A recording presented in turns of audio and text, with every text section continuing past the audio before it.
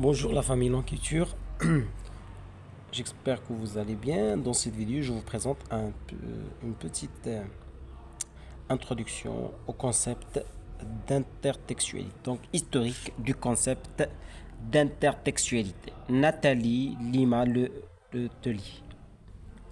Texte intégral. Il s'agit d'usage de remonter à l'étymologie pour établir le sens élémentaire d'un concept. En ce qui concerne l'intertextualité, le préfixe latin inter indique la réciprocité des échanges, l'interconnexion, l'interférence, l'entrelac par son radical dérivé du latin textère. La textualité évoque la qualité du texte comme tissage, trame, d'où un redoublement sémantique de l'idée de réseau, d'intersection.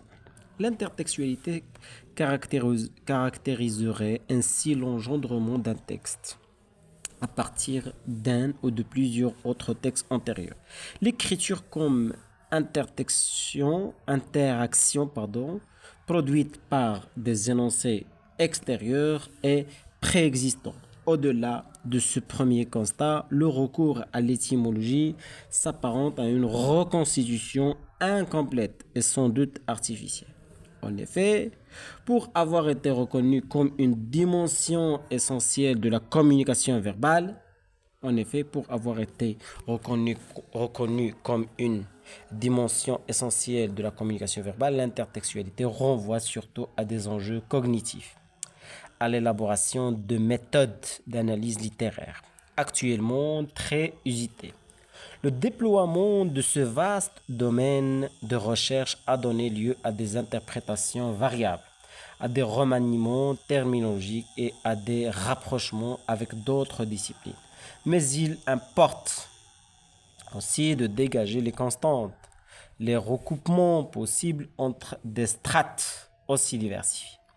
Certes, les principales contributions, participations et les apports plus marginaux forment autant de jalons qui confirment d'un point de vue épistémologique l'étendue de la vitalité de ce champ notionnel. En outre, une enquête rétrospective permet d'aborder un autre problème, tandis que les phénomènes décrits par l'intertextualité sont anciens, ce néologisme s'inscrit à l'origine dans la filiation directe des théories du texte, qui des années 1960 aux années 1970 vise à substituer à l'histoire littéraire des modèles empruntés à la linguistique structurale. Son apparition renvoie à des objectifs, à des stratégies, à des prescriptions de la modernité qui depuis lors ont eu tendance à s'évasser, à se réduire. Son impact a suscité des réactions hostiles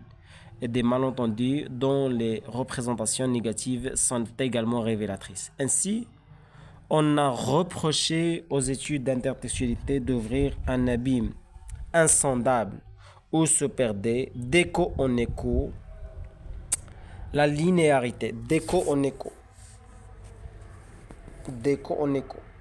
Pardon, j'explique cette expression.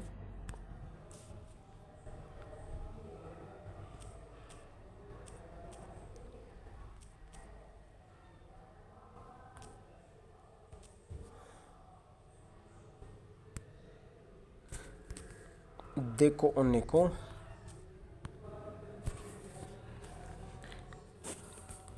La linéarité de la lecture et la cohérence interne du texte. Par ailleurs, ce récent métalangage ne risquait-il pas d'instaurer un décalage par rapport à des pratiques que les écrivains eux-mêmes ont désignées par d'autres termes? De nombreuses études critiques ont contribué à résoudre ces difficultés afin d'utiliser l'intertextualité comme un ensemble d'indices et de repères en y introduisant des critères plus spécifiques comme le contexte, l'auteur, le genre, le corpus.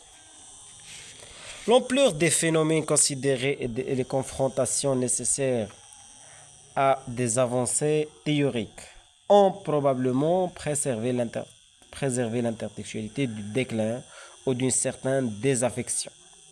Au-delà des effets de la mode et d'une simple querelle d'étiquette, cet objet du savoir littéraire semble avoir atteint une phase de maturité et de stabilité relative où il compose plus aisément qu'à l'origine avec des centres d'intérêt parallèles, avec des problématiques antérieures ou délivrées.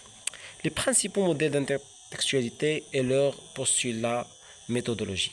C'est Julia Kristeva qui a forgé en français le terme d'intertextualité vers 1966. Voilà. Comme en témoignent deux articles repris dans Sémiotique et Recherche plus pour une sémanalyse, 1969. Le mot